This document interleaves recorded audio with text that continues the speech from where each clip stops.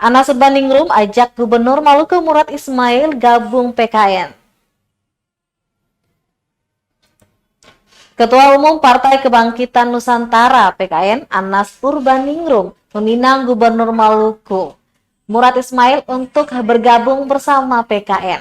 Apalagi saat ini Murad belum menentukan langkah akan ke partai mana pasca dipecat sebagai Ketua DPW PDI Perjuangan Maluku. Anas secara langsung mengajak Murad Ismail bergabung dengan PKN saat acara konsolidasi dan temu kader PKN seprovinsi Maluku di Baileo Oikumene, Kota Ambon, Senin 18 September 2023 malam. Dalam acara tersebut, Murad Ismail turut hadir. Menurut Anas, kehadiran gubernur punya makna tertentu, apalagi kini non-partai pasca dipecat dari PDI Perjuangan. Murad berhak memilih warna payungnya.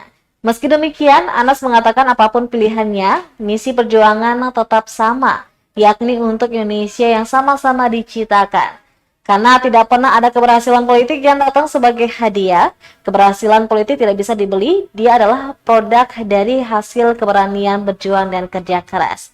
Merespon ajakan tersebut, Murad Ismail dalam sambutannya mengakui PKN sebagai partai politik nasional yang mengusung visi terwujudnya bangsa Indonesia yang bersatu, berdaulat, adil, dan makmur dengan berwawasan Nusantara. Dengan itu, PKN akan menjadi besar. Dia juga berharap PKN turut memberikan kontribusi bagi kemajuan, keadilan bangsa, termasuk dalam membangun iklim politik yang semakin dewasa dan demokratis di Indonesia, khususnya di Provinsi Maluku. Diketahui kegiatan yang diselenggarakan pimpinan daerah PKN Maluku itu juga dihadiri Sekretaris Daerah Provinsi Maluku, penjabat Wali Kota Ambon, dan para penyelenggara pemilu yaitu Ketua KPU Maluku Syamsul Rifan Kubangun dan Komisioner Bawaslu Stevi Malai. Terima kasih sudah nonton, jangan lupa like, subscribe, dan share ya!